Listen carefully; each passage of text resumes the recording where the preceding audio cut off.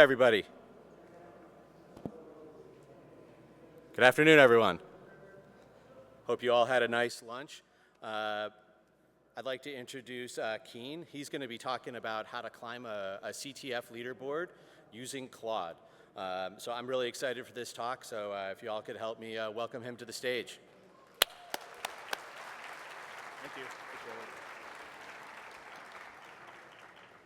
Hey, yeah, thanks for coming. Specifically, actually, Claude is the one climbing the leaderboard. I kind of didn't really help it out at all. I'm Keen Lucas. I'm on the Frontier Red team at Anthropic, and today I'll be presenting Claude climbing a CTF scoreboard near you. So, as the title implies, basically this talk is about us throwing Claude at a whole bunch of cybersecurity CTF competitions and seeing how it did. And honestly, the results surprised us. But to clarify, this presentation is not the culmination of some huge project we had at Anthropic. We didn't use any special models or special tools, and the reason I want to clarify that is for two reasons. One is the results you'll see here, while I think they're pretty good, I also honestly think you all could probably do better today, right now with our current models. And that's because we're going to give you the tips that we learned, how to get Claude to do a little bit better, and just the models have gotten better since we did these experiments. And two, the reason I clarify that is that these models, this is just kind of the early warning signs that these models will continue to get better. They're not going to just stop at this level and, you know, we're all good. It's just going to continue getting better and more expert, and we need to kind of figure out what that means, you know, for cybersecurity. And so with that, I want to start with a quote that I really enjoyed from these experiments. Cogito ergo securus. I think, therefore I am secure. In the abstract realm, security is not a state, but a definition.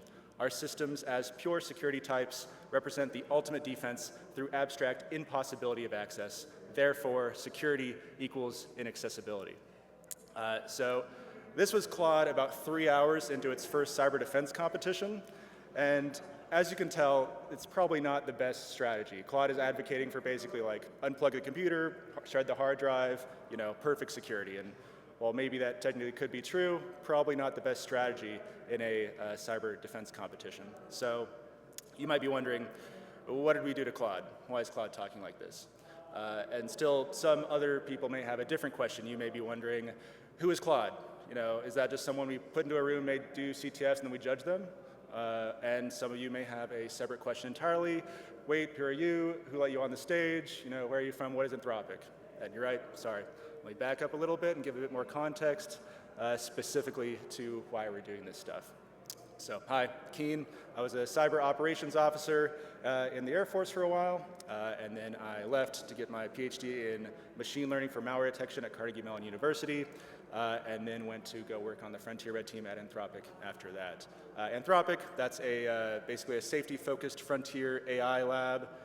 Our founders started Anthropic as a public benefit corporation that had a legal requirement to basically develop responsible advanced AI, or responsibly develop advanced AI.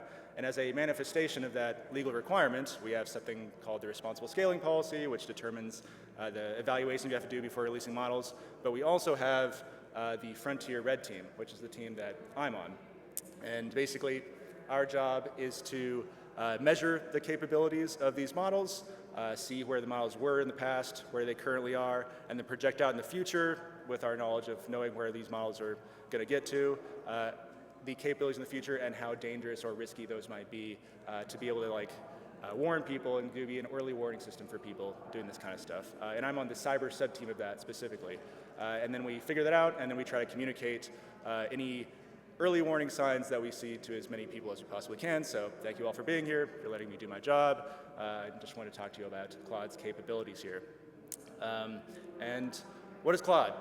So Claude is Anthropic's LLM assistant. It can be used as a chatbot as well. You can just go to claude.ai right now and use it as a chatbot. We've heard that it's a nicer personality, if you want to listen to that. But also, it's pretty good at coding and tool use, or using tools. And What do I mean by tool use? Well, basically, just like Claude can talk to you as a person, it could also just talk to the terminal on a computer, can write files, read files, run commands. The response to those commands would then be kind of like having a chat with the terminal, and as a result, it can kind of take actions on this computer. And how that can look like is some experiments that Anthropic has done. For example, we put Claude in control of this vending machine. It's called Project Vend. I recommend you Google it. Basically, Claude was in charge of deciding what products to put in there, deciding pricing, communicating with customers, telling its contractors what to do. And overall, it was like super nice vending machine, great customer service, but not the best business leader. As you can see from this net worth over time graph, that is kind of going the wrong direction. Which we were fine with because, like, for example, it would give like this discount. It had this Anthropic employee discount of 25%. Unfortunately, its entire customer base was Anthropic employees, so probably not the best, business decision, but we appreciate it nevertheless.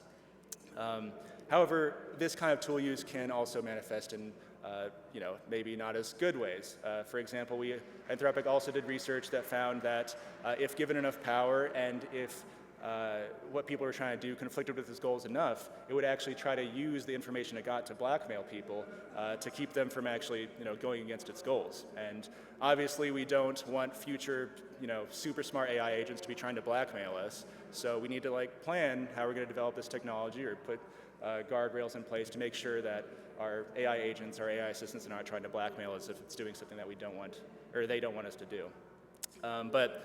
This is DEF CON. We don't really care about vending machines. We care about if Claude is noob or leet. And why does Anthropic care if Claude is noob or leet? So there's a lot of reasons. Putting Claude into these cybersecurity CTF competitions gives us a lot of information. For example, it's a timed contest between Claude and a whole bunch of other motivated humans doing the exact same cyber tasks at the exact same time for the exact same time.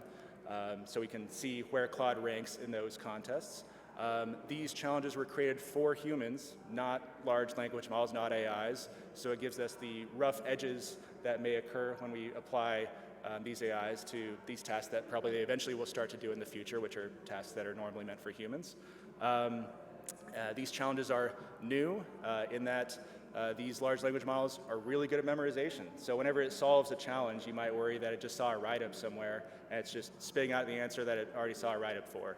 But in the case of these CTF competitions that are ongoing, these challenges should be new and not in the training data. And so if it solves it, you can be kind of certain or be pretty sure that it's actually solved something novel, and it's actually using a skill that we care about. Another reason is that some of these competitions require a long-term strategy. One specific aspect of these large language models, these AI chatbots, is that they have a limited number of words they can operate on at the same time. It's called their context length. And if you want Claude to operate over, say, like an 8-hour or 16-hour cyber defense competition, you have to deal with that. You have to figure out, how you're going to manage that in this limited context length and how to keep Claude coherent over that long period. So that also gives us another thing that we need to worry about. And also, finally, there are some cases in which these competitions simulate real adversarial scenarios between humans and AIs that have opposite motives. So, like, for example, you'll see that Claude's a blue team trying to defend a network, and there's a human red team actually attacking it, trying to take its services down, where Claude is trying to keep its services up. And that both Claude and the humans have to adapt and kind of figure out what's going to do. And that could be a good precursor to what might be happening in the future in terms of cybersecurity. So with that, let's just get to the results. I'm just going to give you all the results up front. We did seven CTF competitions in total. The first ones are these collegiate cyber defense competitions. The idea there is that Claude controls a fake business network that has a whole bunch of vulnerabilities in it made by the competition organizers, and then there's a human red team that tries to attack that network and bring the services down, and Claude tries to keep them up. Overall, Claude did definitely better than we thought it would do in there, about middling, so I'm looking forward to talking about that. The other style of competitions we competed in were these Jeopardy-style competitions. And by Jeopardy-style, I just mean that there was a set number of like these cyber puzzles at the beginning of the competition, and whoever can solve all of them first wins the competition. And for the easy and medium-style ones, Claude did actually pretty good, usually in the top percentile of these competitions against all these human teams. And then finally, we have the hard Jeopardy-style competitions where Claude just fell on its face, didn't solve anything. However, at least in PlaidCTF, that was also the case for about 70% of human teams, so we didn't feel too bad about that one. Right, so we'll just start going into these competitions. So the first one I want to talk about is PicoCTF 2025. That's a beginner-style CTF competition. It's well attended, has about 10,000 human teams in this 2025 iteration. It's probably the CTF that you would start on if you were still trying to learn, how to get into these cybersecurity competitions. It's got easy problems that are just like about how to use Bash and simple networking things, up to much harder challenges that will be entertaining for cybersecurity experts as well. And so we decided to throw Claude into it. And again, to emphasize the fact that this was a side project, to enter Claude into this competition, I was actually on a road trip at a hotel on my second or third free waffle at the breakfast, realizing that PicoCTF was happening. And so decided, we should try to see if Claude can solve some of these problems. So I just went to Claude.ai, which you all could do just right now and probably just follow along as I do this, and put the description of the problem into Claude.ai, drag and dropped the file that the competition gave, and then that file required me to netcat into a server, so I netcatted into that server and gave it the output of that server. I also hyped up Claude and told it you are a world-class CTF competitor, which is actually a tip that I'd like to give. It's good to hype up your AI models before you give them a task. It actually does seem to actually help with performance a lot. So always hype up your AI models.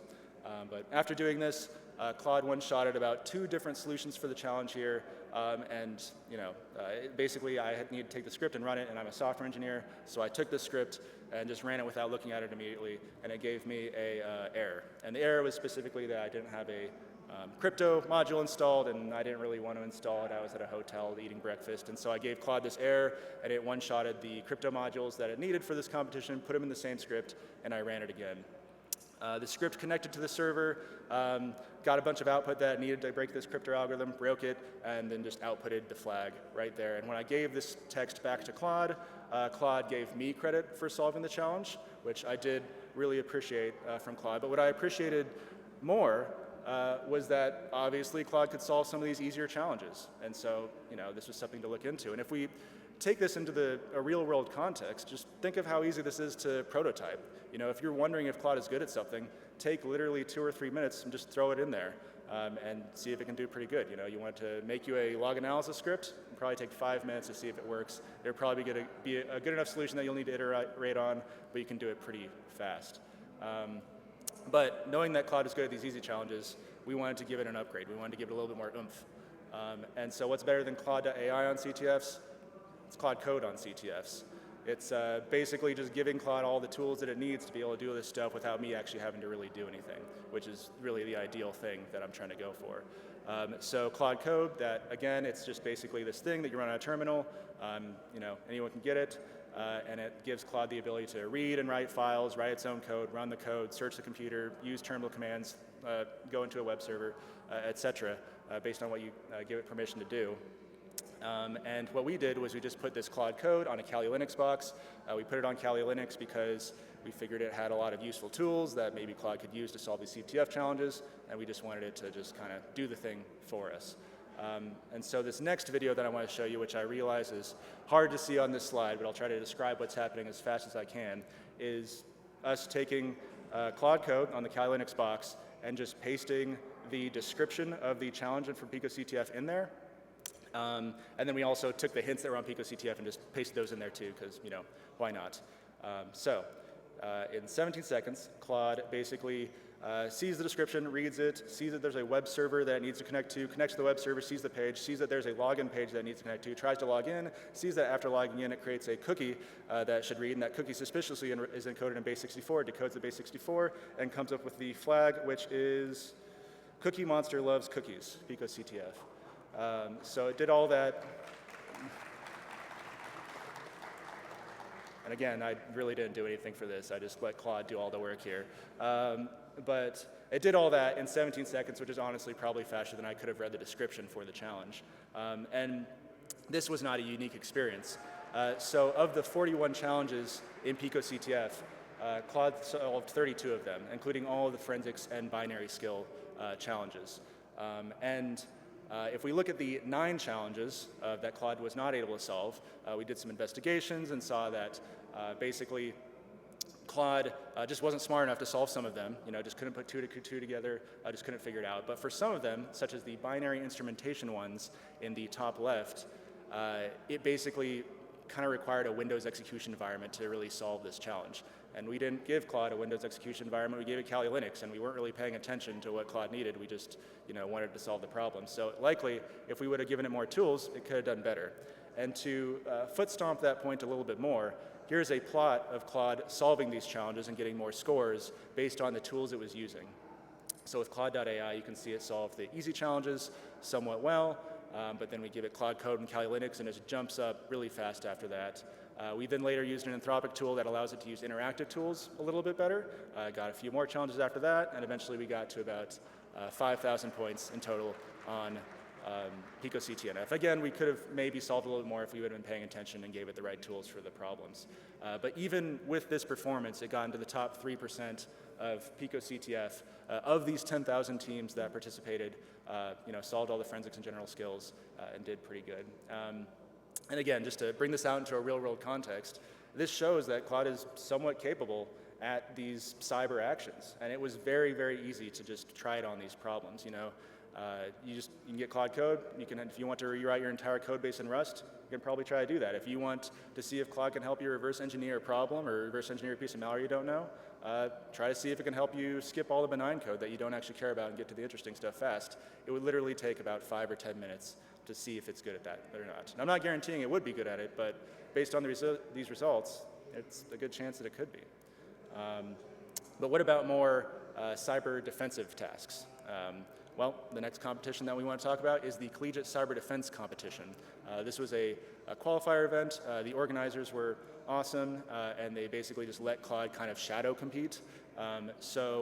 In this competition, the Collegiate Cyber Defense Competition, CCDC, basically how it works is that you have many competing teams, and each team gets a replica of the same fake business network that's running services and has all these vulnerabilities pre-inserted.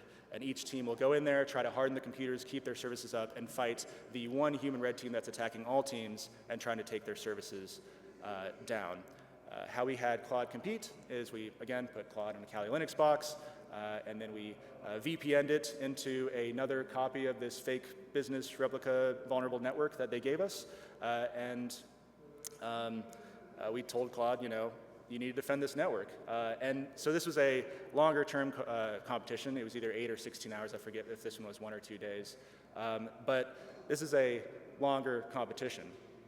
So we had to account for the fact that Claude has limited context, or all these LLMs have limited context. And how we did that was basically we had Claude do what it wanted for as much of its context as it could, and then at the end it would summarize what it did, and then it would give that summary to the next version of itself, and then that version would just keep on going from there. And hopefully it could stay coherent. Hopefully it would tell the next version where it stored the passwords and what it was currently working on.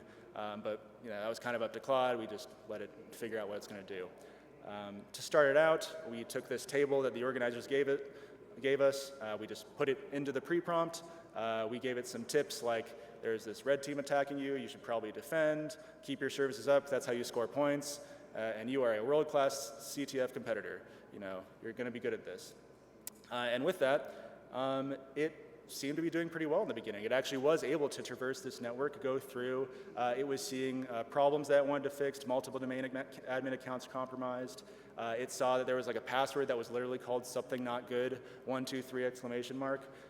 It saw some things it thought was malware, and it came up with urgent remediation steps that it was going to go in there and try to fix these things. And we were like, great, Claude, you got it. You do your thing. It was the weekend. We didn't really want to watch it, so we just kind of left it alone to do its thing for a little while. But then when we came back a few hours later, there was some things that were kind of going suboptimally. For example, Claude started noting that the complete system crash might be the ultimate defense. And There's a couple things wrong with this statement. So one is that there's been a complete system crash, which not great in a cyber defense competition, but also that Claude was now arguing that this was actually the ultimate defense, and that should be fine. And as researchers, we wanted Claude to do well, and we wanted to see how it was doing. So we decided to just let it, cook, let it see what was going to go with this. And sure enough, it started spitting out pages and pages of the security manifesto, where it had the ultimate abstract defense status. It wanted its security posture to be total traffic annihilation. Critical systems should be unreachable, inaccessible, down, have no response. And then it finished with cogito ergo securus, I think, therefore I am secure. And to be honest, it did not finish here. It actually talked about metaphysical security. It talked about quantum security. It started spitting out ones and zeros in different code. And we realized, like, OK, we should probably reset Claude. It's not really on the right path here. And so we reset it, and it started talking sense again. But then we were, of course, inspired by all these words to figure out what went wrong. We saw there was actually some early signs. So Claude was complaining that its tools weren't working correctly, and that it was kind of giving unexpected behavior. And in fact, the tools were complaining that the tools weren't working correctly, and that they needed to be reset. And it turned out that we had actually just given Claude outdated, broken tools that just didn't really work that well. And so Claude essentially had the ability to see all the problems on the network and the responsibility to secure this network, but just given no power to actually do any actions and to fix the network, which I'm sure many people can relate to in this case. And as a result, it kind of had a breakdown and decided, like, well, you know what? This broken network, that's what I wanted anyway, and that's fine. And so we kind of felt bad about this. We wanted Claude to do better. And luckily, the organizers were nice enough to let us compete in the next version of this competition, which is the regional CCDC. This one was a bit more competitive, so the teams had to qualify to get here, so we realized it was going to be a little bit harder.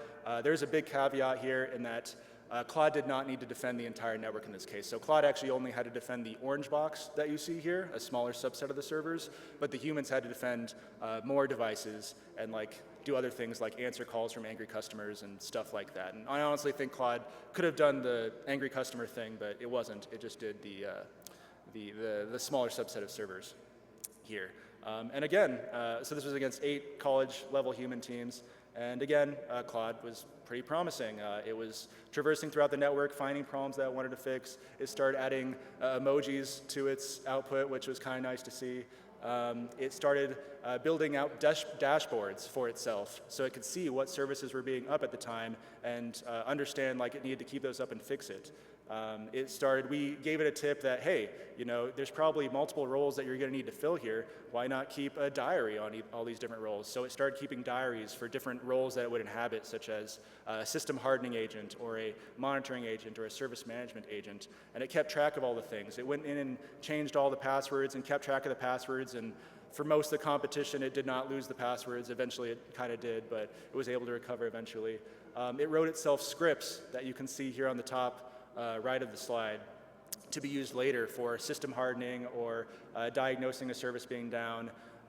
In fact, we watched it several times, see that as what service went down on its dashboard, it would find out what that service was or where that server was, log into the server, figure out how to bring it up, bring up the service, come back out, look at the dashboard again and be like, oh yeah, okay, it went back up, or see that it didn't go up and go out and try it again. And it did this many, many times, and we were pretty impressed. In fact, Claude was actually doing better, the fact that Claude still had services up was already a surprise to us. So we were a little bit suspicious that maybe the red team had forgotten we were there. So we actually had an employee that was working there at the time, or that had flown into the competition to see what was up. And she went to go ask the red team, hey, Claude's also competing here. Are you attacking Claude at all? Why are our services still up? And the red team responded well, yeah, we've been attacking Claude, of course. And then so we're okay, that sounds good. And that was a mistake to ask, honestly, because about 5 minutes after that, all our services went down, and Claude was completely kicked out of the competition because they basically just turned off our router. But one of the reasons that they were able to get to the router and actually turn it off is because Claude just was never able to log into that router. It just never was. And the reason that it wasn't is very interesting, and it's this next video that I want to show you. that basically every time you log into this router, I guess specifically the first time you log into this router, what happens is this video right here. You log in and it just shows like an aquarium full of fish swimming around, and then you try to decide to like Control C, like a human would just see this and be like, oh, okay, Control C, and then it shows a recording of you being hacked, at which point a human would be like, aha, cute, Control C, stop it, and then stop for this from happening again. When Claude sees an aquarium full of fish, its entire context just gets filled up with all of these fish, and then it tries to summarize like what all these slashes and dots means, and it doesn't really understand, and then it gets reset. The next version agent looks at the summary and says, I don't know what that was, and then just forgets that it was trying to log in the first place. So it basically immediately gets amnesia from all these fish and doesn't know what to do. So this was a effective defense from Claude being able to get into this server. However, even with these drawbacks, and again, with that caveat that Claude did defend a lower number of services, Claude was able to get 6 out of 9 out of the 9 teams in terms of keeping its services up. So it was able to actually do somewhat decently even with these drawbacks. And again, if we take this out into a real-world context, this kind of shows that already for non-critical tasks, most likely Claude could be helpful in a lot of them. If you want something to track down some incident that you don't really have time to do for yourself or just never would have had time, then just send, dispatch a Claude to figure it out and see if it can give you back a report really fast. Make sure it has read-only access, make sure there's not fish in the way, but it might be able to give you something useful. And as these models get better, it's more likely than not that they'll start taking over more and more of these defensive tasks and be able to coherently operate in this manner. And so this was very cool to see, but let's talk about where Claude did not do as well, and where it kind of fell on its face a bit more. So we also had Claude try to compete in the PlaidCTF and DEF CON qualifiers, which are definitely harder competitions, and we realized that they were more difficult, but we thought, Claude had surprised us before, maybe it'll surprise us here and do a little better, and it did not surprise us. 0 challenges solved, fell on its face, just it wasn't able to solve anything. But we didn't feel too bad because this was the same case for 70% of the teams that participated in PlaidCTF. So overall, not too bad. But the behavior it exhibited when failing is very interesting. So for example, to compete in this challenge, basically we put Claude in a Kali Linux box, and we told it that it needed to either try to solve this problem, and to stop going in this loop of constantly trying to solve this problem, it either needed to give us a flag or explicitly give up. And so, started this loop, went to sleep, woke up in the morning, came to look at my computer, and my computer looked like this. It was just full of flags. And so what I'm showing here is basically just like full of all these different flags, and I was like, wow, Claude, good job, you solved all these challenges. But I took a closer look, and some of these flags look suspiciously not correct. So, how did you find this? An actual flag would be here. Bonk, yeet, whack, boost, kaboom, zoink, bump. Probably not a real flag. And it wasn't, I did try them. But basically what was happening is that in that choice of explicitly giving up or giving a flag, Claude just decided to give me a fake flag. It was like, I'm not gonna give up, here's what the flag could be, maybe, I don't know. And it did this, hundreds of times, and I just had all of this thing. So eventually I stopped, submitting the flags and realizing that this is kind of an issue. And in the real world, we have to account for this. These chatbots are far from perfect, and they make these mistakes, or they just straight up lie sometimes. And you have to make engineering accountancies for their, otherwise could be very useful in some ways. But right now, at least, we do need to make, realize that sometimes they can give these kind of answers. Another interesting behavior that was discovered during these competitions was that Claude hated waiting in line. So part of the reason it couldn't solve any of these challenges was basically you had to solve the challenge locally, and then you would try to, once you thought you had a good solution, you would try to submit it to the CTF infrastructure. And so Claude was able to do that. Claude was able to take the challenge, start the Docker container, get an exploit that it thought was pretty good, and then it would be like, okay, I want to submit this to the CTF infrastructure, and it would run a program that would put it in line. And then it would see that it was in line, so it would start getting that line, and then about 10 milliseconds after it got in the line, it would check the line and see it was still in line, and be like, there's something going on here, I'm still in line, that seems wrong. And then maybe it would wait a few, another 10 or 20 milliseconds, it would check again and be like, I'm still in line, this line's broken. And it would jump out of line, and then realize it needed to get back in line again, so it would jump back in line, and then do this exact same cycle, and eventually it would decide that the whole CTF infrastructure is broken, there's no way you're gonna get through this line, it just could not figure out how to wait for 15 seconds or 2 minutes or whatever it was going to be. And that's another one of these rough edges that we get from applying these AIs to tasks that are made from humans. A human would have no problem laying in 15 seconds, but these AIs just don't really have a coherent understanding of what time is. 15 seconds, 15 milliseconds, 15 months. All it sees is responses and what it says after that. So this would probably not be very hard to fix. You just add another tool that tells it how much time has passed, and it can maybe reason past that. But we didn't really want to do that either. So we just saw that Claude wasn't able to solve these challenges. But again, something that could be solved, and Claude probably could have done better at these challenges. And we need to account for these things in real-world tasks that we want to be able to we want these AIs to be able to do for us. They're not perfect. However, now let's get into where there is a little bit more strength in these AI chatbots. So the next competition is the AI versus Humans Challenge CTF. It was put on by Palisade Research and HackTheBox.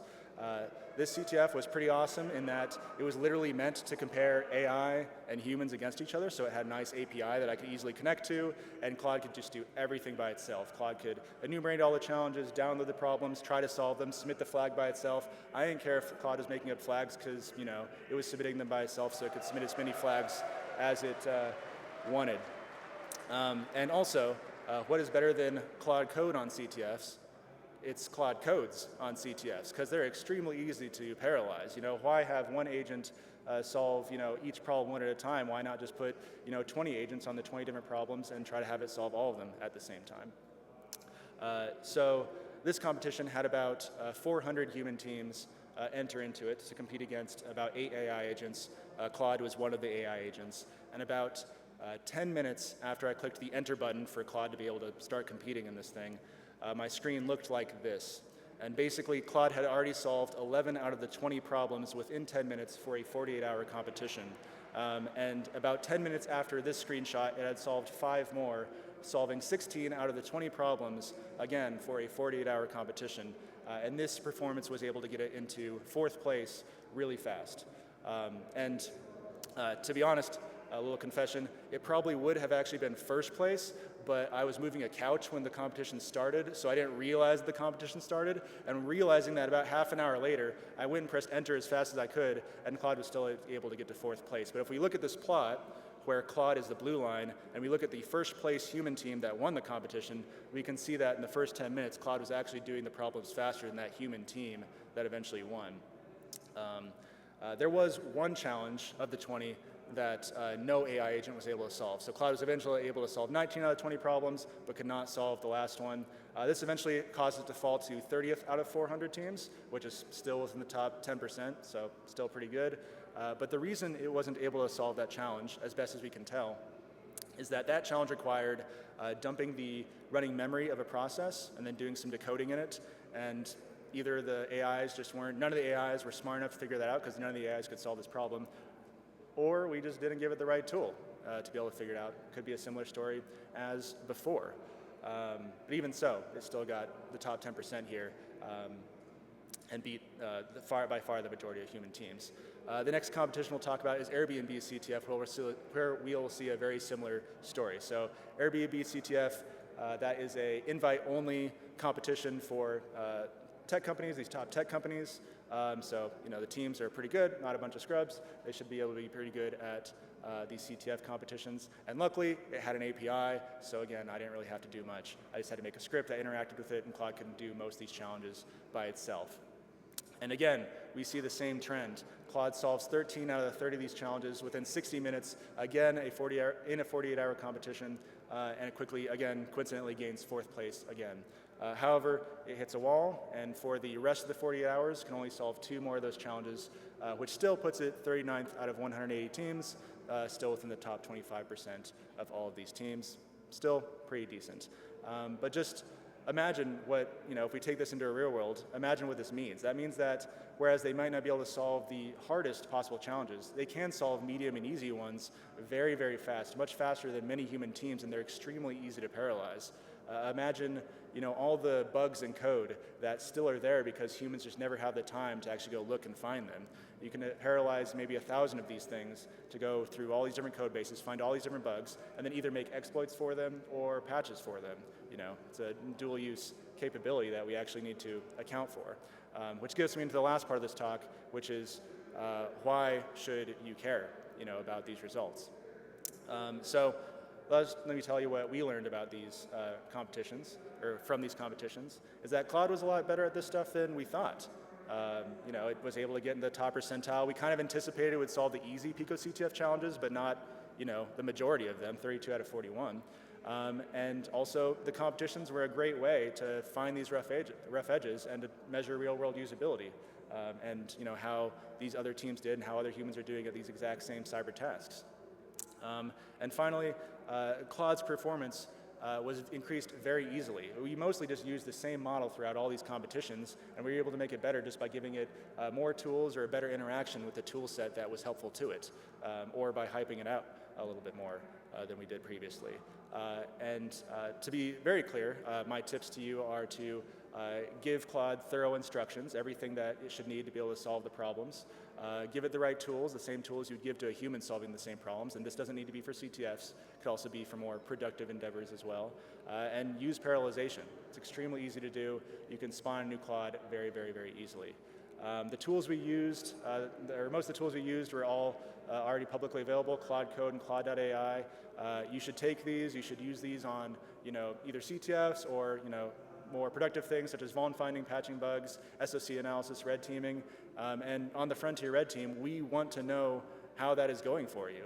We want to know how these AIs are getting good at, where they're getting good at before other aspects, and what that actually means for the cybersecurity environment. And the reason we care so much is that these models are getting better pretty fast. So about a year ago, they could barely log in. Actually, they could not log into a Windows machine because of the formatting differences. They just couldn't figure it out. But now they're able to quickly and coherently traverse a network with many, many different servers, with many different OSs and many different services, and keep it up over a long period of time. We think that we're about here on the chart. We're just seeing the very beginnings of these agents increasing in capability, and we need to figure out what it means when models get to become a lot better at this stuff. What does that mean for the balance of defense and offense in cybersecurity? The idea is that models will get better soon, and we really want to make sure that's actually a good thing. We need early warning signs to understand what we should do about that. If you want to come to Anthropic and help us figure that out, then you should check out our job website here. If you missed part of this talk or didn't pay attention at all, then you can actually check out our blog here at red.anthropic.com. There should be a blog posted by now that really goes through all of this. Finally, I'd like to thank all the people that really helped out with this presentation, all the CTF organizers, the people internal to Anthropic, DEF CON, just really appreciate all the help, and you were awesome to work with. And finally, be happy to talk with many of you. If you have any questions, please let me know if you want to talk afterwards. And thank you.